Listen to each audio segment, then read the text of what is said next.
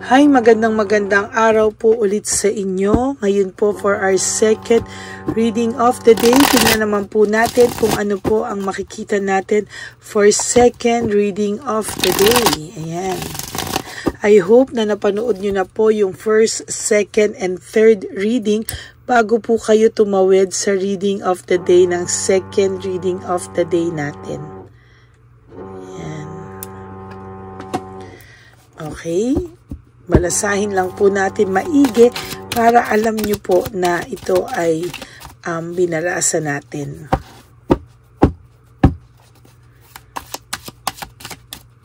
Ayan.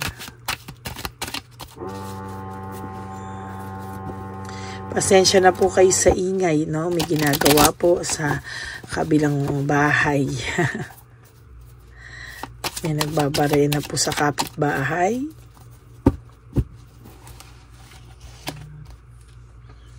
Ayan po, no? Tingnan po natin ano po ang makikita natin. Pili na po tayo ng 10. 1, 2, 3, 4, 5, 6, 7, 8, 9, and 10. Masyado pong maingay.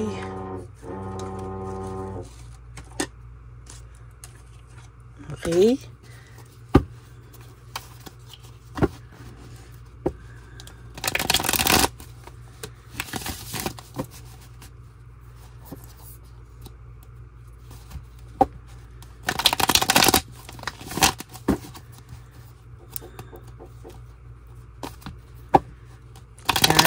Alam niyo po na ito po ay nabalasa ng sobra at hindi po ito basta-basta lang po, no, na binunot dahil na coincidence na hindi nabalasa. Ito po ay nabalasa ng sobra. Okay, wag niyo po skip to. Dito tayo kumukuha ng energy po, no, para sa inyo. Okay po. 1, 2, 3, 4, 5, 6, 7, 8, 9, 10.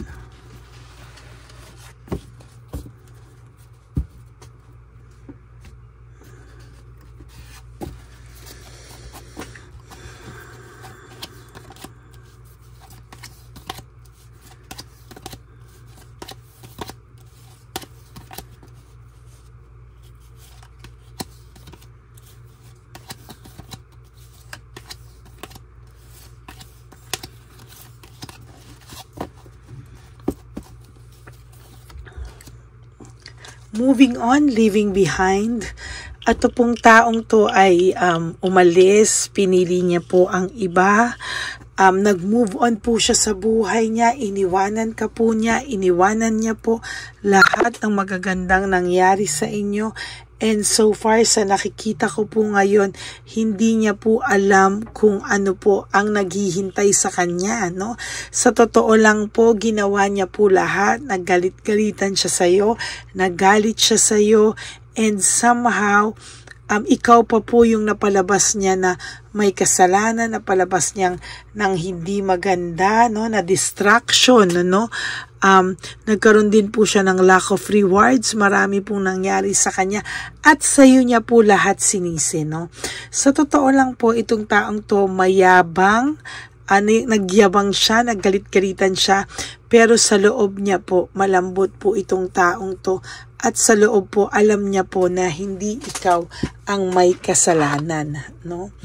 Kunwari lang po yung pag-pretend niya na kasalanan mo, pero sa totoo lang po, alam niyang hindi ikaw ang may kasalanan.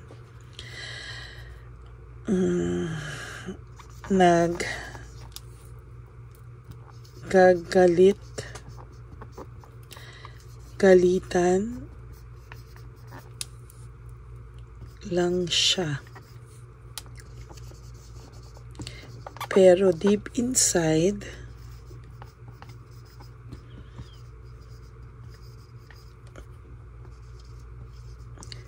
mahina siya. At alam niya kasalanan niya. Sa sobrang taas ng ego nito, ng pride nito, no, ayaw niyang palabasin sa mundo na siya yung may kasalanan. Pero sa totoo lang po, ayan, no, siya po ang may kasalanan. Siya po ang mahina siya sa loob-loob, no? Nagagalit-galitan siya. Pero tatapatin po kita, yung galit-galit niya po na yan, ano? Alam niya po na siya ang may kasalanan. Alam niya po na siya ang nagkaroon sa'yo ng kasalanan. Kaya nga po ngayon, kahit po anong gawin niya, work without result, no? Knight of Coins in reverse, ang pakiramdam niya po kahit anong gawin niya, wala pong nangyayari sa kanya, wala pong nangyayari sa anuman ang kanyang wala ang nangyayari sa kanyang mga ginagawa at mga plano, no? Sa totoo lang, there is this poor judgment. Alam niya po na maling-mali pong isisi sa'yo at alam niya po na alam mo na palabas niya lang ang lahat ng ito para ma-justify o matakpan lahat ng kasalanan na meron siya sa'yo. Pero totally po, ang taong ito ay may heartbreak, suffering, and grief. Babalik po sa kanya ng triple kung ano po yung ginawa niya sa'yo. Or maybe hanggang ngayon po nga ay naiisip ka na po ng taong ito, no? Alam niya naman po lahat ng ginawa niya sa'yo. Alam niya na rin po, no? Kaya talagang sabi ko po sa'yo, may insecurity, no? Kaya yung third party po nito nang bubwisit sa'yo, no? Lagi niyang pinaparamdam na masaya siya, lagi niyang pinaparamdam na okay siya. Yung mga palabas niya po sa social media is just palabas. Visit na visit po ito sa totoo lang sa ngayon. There is this rebellion, no? Nagre-rebelde po sa iyo ang person mo, no? Feeling niya po sa kanya pa nagalit ang mga tao, ikaw po lahat ang kinampihan. Ang pakiramdam niya po ay talagang hindi niya po kakayanin. Bakit daw ganito yung nangyayari sa kanya, no? Bakit daw po ganito yung yung mga nangyayari, no?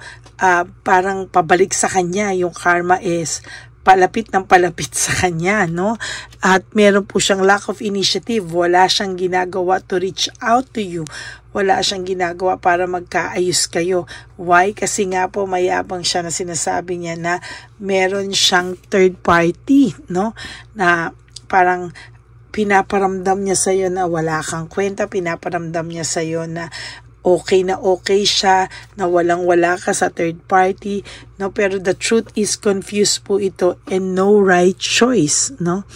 Hindi niya po akalain, no? Hindi niya po akalain. At talagang sasabihin ko po sa iyo, talaga, no, na walang-wala po ito sa sitwasyon at sa sarili niya sa ngayon. Talagang ang gusto niya po ay matapos tong kanyang kapag ka-confused, no? Takot po siya sa rejection kahit po sa totoo lang may resentment po siyang nararamdaman or pagsisisi. Pero kasi alam mo po, ang masama dito, sa sobrang taas ng ego and pride niya, hindi niya po makuhang umamin na lang sa'yo, lumapit na lang sa'yo, makipag-ayos na lang sa'yo. Hindi rin naman po siya masaya sa third party, no? Pero sa totoo lang po, ayaw niya po ng rejection. Ayaw niya po talaga. And paninindigan na lang po niya ito kesa bumalik po sa'yo, no? Kesa daw po mapahiya siya. Ang pakiramdam niya po kasi mapapahiya siya, may resentment. Sa dami ng masasakit na salitang binitawan niya sa'yo, sa dami ng mga hindi mo malunok na salita, ayan po ang nangyari sa kanya. Siya po ang nagkaganyan, ano? Sa dami-dami, no? Nawalan siya ng direksyon. Very unpredictable yung mga mangyayari sa buhay niya ngayon. And so far, siya po ang may kasalanan niyan. Siya po ang gumawa niyan sa sarili niya at hindi niya po talaga maitama, no? Parang wala po siyang kakayahang itama ito, no? Impulsiveness. There is impulsiveness. Meron akong nakikita na very, very impulsive itong tao na to, na lahat po yan ay result, no? Result ng pagiging impulsive. Hindi po niya yan inayos mabuti, hindi niya po pinag-isipan mabuti, hindi niya po tiningnan kung ano po yung mga consequences na pwede niya pong maramdaman, mangyari sa kanya, and gulong-gulo po siya sa totoo lang. False success living beyond means ang taong ito po ay nabubuhay sa hindi totoong success, no? Palabas na success lang. But the truth is, kabaliktaran na po talaga ang nangyayari. Panay gulo na po ang nangyayari sa kanya. No, living beyond means talagang ang nangyayari po dito is kinakaya niya lang po yung mga bagay-bagay kahit naman po hindi na po ito tama o hindi na po ito makatarungan, no? So nakikita ko po there's fatigue and exhausted. Naku, lagi ko po itong nabubunot for this past few weeks, past few days. Lagi ko pong nabubunot itong over fatigue and over stress, exhausted. Talagang makikita mo po yung kanyang kahinaan, napagod na rin po siya sa mga nangyayari sa kanya. Pero pinaninindigan niya pa din po yung mali. Pinapanindigan niya pa rin po yung mga hindi magandang nangyari sa kanya, mga hindi magandang desisyon. Kaya nga po sabi sa iyo, minsan yung galit niya is because of frustration, ano? Yung galit niya sa mundo is somehow frustrated po talaga siya. There is this high level of scrutiny, no? Meron po akong nakikita dito na high level of scrutiny. Sa totoo lang po ay hindi po maayos yung kanyang ginagawa, hindi po maayos yung kanyang mga diskarte sa ngayon, and somehow magulong-magulo po ang isip nito, no? Leaving home, making decision, sa totoo lang po, hindi niya na po alam kung papaano, kung ano pa po yung mga kailangan niyang desisyonan sa buhay niya. Hindi niya po alam kung papaano at saan daw po ito, hindi niya po alam kung saan, paano ito lahat lulusutan, dadaanan, malalagpasan, no? Hirap na hirap po siya sa ngayon. As a matter of fact, hindi niya po alam kung papaano po ito malalagpasan, paano po siya babalik sa dati. Kaya nga po ngayon, no, very, very restless. Stress, burnout siya sa sitwasyon na siya din po ang mismong gumawa. Yung pagiging stress, burnout, and restlessness niya, siya po ang may kasalanan niyan, siya po ang gumawa niyan, siya po talaga, no? Dahil kung naging maayos lang po yung kanyang pag-iisip, hindi niya po sa iyo lahat ibinuntong, baka ngayon po o tumahimik siya during the times na overstress siya, burned out siya, at hindi niya sa'yo binuntong lahat, baka hindi ganyan yung wala siyang mukhang maiharap sa'yo. Nakakabingi po ang katahimikan ng taong ito ngayon, sa totoo lang, because ngayon niya po naiisip lahat ng mga salitang binitawan niya sa'yo, lahat ng masasakit na salitang binitawan niya sa'yo. Ayan, no, false success. Lagi po talagang lumalabas na naman. Ito naman ang bagong lumalabas ngayon, no? Yung false success niya talagang, false success, living beyond means hindi po niya kaya, kinakaya niya lang. Why? Because ito po ay isa sa defense mechanism niya kung papaano niya po yan tatanggalan ng ganyan. Ano? Greediness, no? May pagka-greedy po siya dito. Talagang sumobra po yung magpagiging niya makasarili niya, at hindi niya po alam kung ano yung nangyari sa kanya. There's coldness. Nagkaroon po siya ng coldness sa sarili niya, sa samahan nyo, at sa nakikita ko po ngayon dito, lalo po itong makakaramdam ng coldness sa mga susunod pang araw sa sitwasyon na meron siya ngayon. Ano? Kasi napapagod na rin siya dahil yung person nyo, yung third party nila, alam niyang may third party pa din. No? So napakagulo po ng sitwasyon na pinasok ng tao mo. Kaya kung nagagalit-galitan siya, pero deep inside mahina siya, alam niya kasalanan niya, pero sa iyo niya po kasi na ibubuntong yung kanyang galit, sa iyo niya po nabubuntong lahat. Kaya pagpasensyahan mo po ito, tumahimik ka lang, wag mo po itong patulan, kasi the more po napapatulan mo siya, the more po na mas mahirap po sa lagay mo, no? Because kung isang masakit na salita, lalabanan mo ng mas masakit pang salita, mas maganda pong tumahimik ka na lang, dahil ang isang mali ay hindi po kailanman maitatama ng isa pang mali. Okay? So that is your second reading of the day. Nagagalit-galitan lang siya, pero deep inside mahina siya at alam niya sa sarili niya, believe me, I swear, alam niya po sa sarili niya na kasalanan niya at ginagawa niya lang po lahat ng ganito para ikaw po ay maging ma-justify yung kanyang mga kasalanan sa iyo. At hindi siya magdala ng bigat, hindi siya magdala ng konsensya, pero dala niya po yan araw-araw. Maniwala ka po o sa hindi, dala niya po yan araw-araw. So that is your second reading of the day. For those of you po who would like to have a private reading with me or magpaalaga, no, you may reach me through Ladyly Elena, that's Ladyly Elena. Nasa dulo po yan ng ating video. Diyan nyo lang po ako makokontak. That's my only official and legit FB account. Yan, aantayin ko po ang message nyo sa mga gusto magpaalaga at gusto pong magpa-reading, ay akin pong i-discuss sa inyo during the time na kayo ay mag-message na sa akin. Okay, maraming po salamat. And please, no skipping of ads. Tulong nyo na po yan sa ating channel. And for those of you who would like to give me a super thanks for this video, I would really love and appreciate that and be grateful for that, because maisasama na po natin yan sa ating One Love a Day Christmas edition for our street elderly, for our street lolo and lolas. Yan. Maraming salamat po. And sana po ay may nakuha kayong mensahe. And please, no skipping of ads po ulit, ha. And for those of you po na nalulungkot sa mga oras na to, wag po. Lalo na po ang aking mga ever solid and loyal Lady Elena friends, family, and subscribers. Wag po kayong malungkot. Mahal na mahal ko po kayo. Mahal ko po kayong mga subscribers ko. And ang lagi ko nga pong payo sa inyo is just to live one day at a time. And huwag nyo muna po isipin lahat ng okasyon na pwedeng dumating sa buhay nyo. Yung birthdays nyo, yung anniversary nyo, yung Christmas, New Year, Valentine's Day, and lahat ng okasyon, leave it there. No? Just live for today. You wake up and do 3 things that will make you happy for this day and sleep.